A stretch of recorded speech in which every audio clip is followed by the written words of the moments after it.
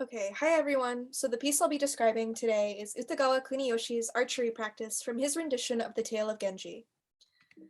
This particular piece is actually a triptych, which can often be used to depict narrative scenes just as this piece does. The image illustrates a scene from the famous work The Tale of Genji and shows several figures attending archery practice. In total, there are 6 large figures and a single small figure further in the back.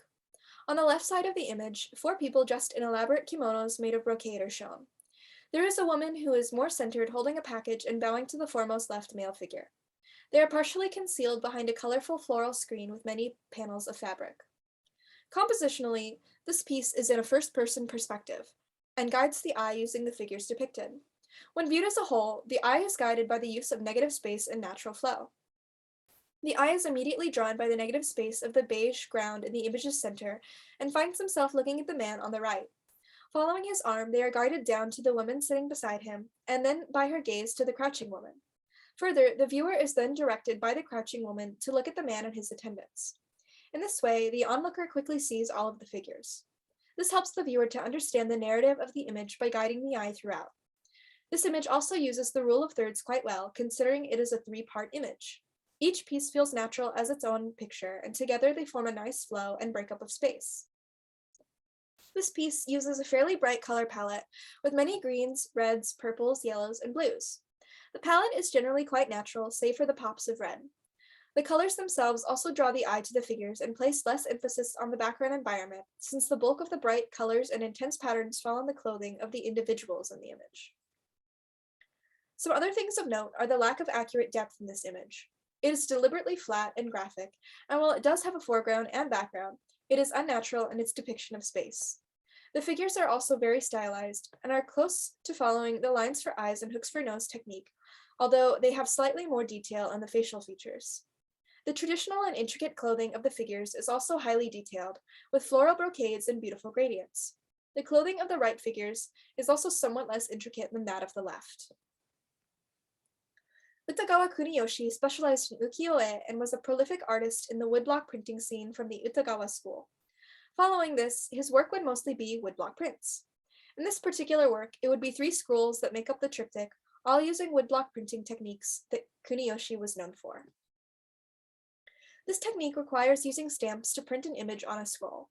This process involves the artist first designing the work on a thin sheet of paper, often made from mulberry as it was highly durable and absorptive, and then affixing it to a piece of wood.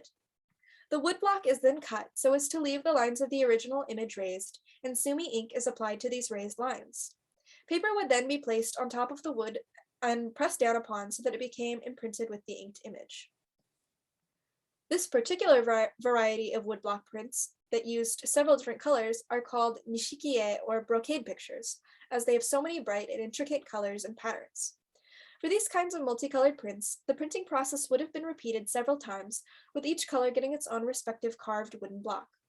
The colors would generally be applied in the order of light to dark, and smaller swaths of color would be applied prior to the application of larger areas. These blocks would have notches in their sides that served as alignment guides in order to facilitate this multi-block technique.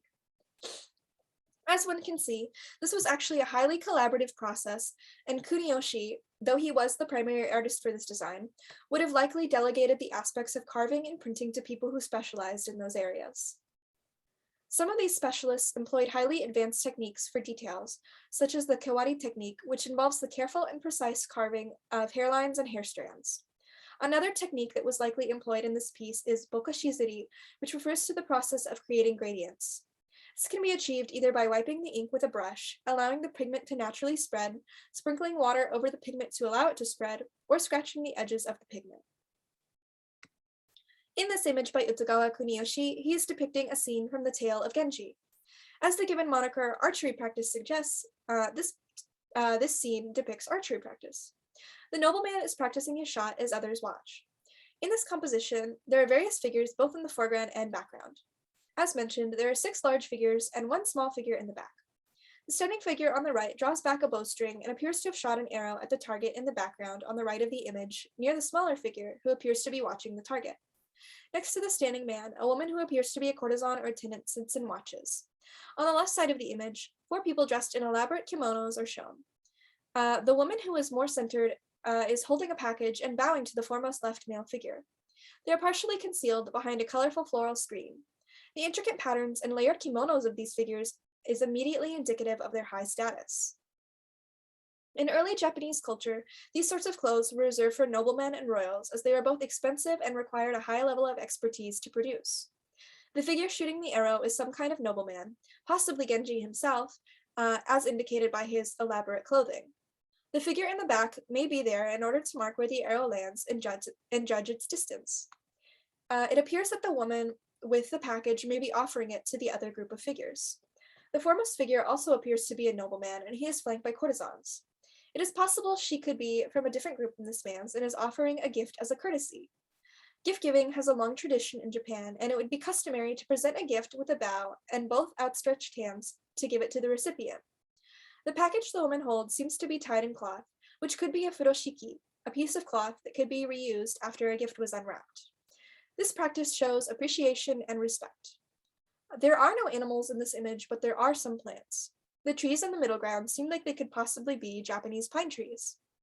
Pine trees in Japanese culture can symbolize waiting and endurance, coming from the Japanese word matsu. They enjoy a dignified position both symbolically and because of practicality, since pines are evergreen and perfect for landscaping. They would even be planted out in front of aristocratic homes in the shinden, the main court.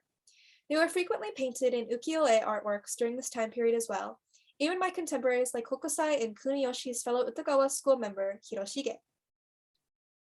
The Tale of Genji was one of the first novels ever written, and it became renowned across all of Japan. There are various illustrations by different artists that depict this novel's subject matter. This woodblock print is one such work and depicts Kuniyoshi's take on the story. In the Edo period, when woodblock prints were on the rise, they were valued for the ease with which many copies could be made. This could have been the case with this particular image as well. It was likely printed for production and then distributed to various people via a publisher. Since the Tale of Genji is a story, this image could have been printed as a part of a book or made to go alongside many other images that come from the text. A type of book known as soshi was produced frequently at this time. These books had a target demographic of women and children, but men could read them as well. There were also shomatsu texts, which targeted a male audience and were considered more educational and advanced in content. Since the Tale of Genji was written by a woman, and since the text was primarily in hiragana, which was considered women's writing, this seems more in line with the audience of soshi novels. Kuniyoshi's rendition could have been produced with this in mind and marketed towards this demographic. Perhaps this could put a new spin on the older classic and attract more people now that publishers could produce illustrated works in mass. As we have established, this piece is an ukiyo-e piece, and its links to historical texts such as the Tale of Genji, which makes it very relevant to discuss potential influences on the piece and the ukiyo-e movement as a whole. Japanese art went through various stages, and many things could be said to precede or give rise to ukiyo-e, but I think both in general and especially with this particular piece, there's a case to be made for early emakimono inspiring the genre. This is for many reasons. First, emakimono often depicted narrative scenes, often of everyday or court life. Many of them also heavily featured women. Ukiyo-e artworks primarily focus on everyday life, and they deal with the transience and beauty of the regular day-to-day experience. Ukiyo-e artworks can also depict scenes with a narrative, and many works in the ukiyo-e style depict story beats from different Japanese tales and stories. Ukiyo-e artworks also feature women quite notably, and a large part of the genre sprung specifically from the depictions of courtesans and beautiful women, while emakimono would depict women's lives and often royal courtesans specifically.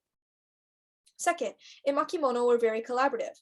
They would have different people in various roles, such as the principal artist or sumigaki painting lines, a calligrapher, a color specialist, and an outline painter. Similarly, in ukiyo-e artworks, the process is highly collaborative as well. It also includes roles like the principal artist, the woodcarver, the printer, and the various specialists depending on the complexity of the work. Third, various aspects of the style used in emakimono have either evolved or been carried over into ukiyo-e art. Many ukiyo-e artworks branch off from the aforementioned hikime kagibana style, wherein the eyes are drawn as lines and the nose is drawn as a hook. Though they are similar in style, they have also evolved from this by often adding indications of the nostrils and pupils. These two genres also often use similar color palettes. They feature bright and saturated warm colors like deep reds and oranges paired alongside cool greens, blues, and teals. Compositionally, they also share a few similarities, although this aspect is not quite as pronounced. While emakimono were typically known for their blown-off roof compositions, Ukiyo-e prints do not typically utilize this style. However, they do push perspective at times, and like Imakimono, are more concerned with depicting the most important aspects of the image in focus rather than emphasizing accurate anatomy or perspective. When considering all of these aspects of the work together, one achieves an understanding of the piece and its cultural context. Archery practice is a triptych, that is, a piece of art made up of 3 panels by Utagawa Kuniyoshi, who was a prolific ukiyo-e artist from the Utagawa school. Ukiyo-e artists frequently depicted daily life, or, such as in this case, Japanese stories from plays, folktales, and novels. This piece is a woodblock print depicting a scene from the Tale of Genji, one of the most famous and first Japanese novels ever created. Woodblock prints were very popular at this time. The technique involved a central artist, like Kuniyoshi, for the initial illustration, as well as woodcarvers and printers who would carve a woodblock and apply ink to the thin sheets of paper the image would be printed on.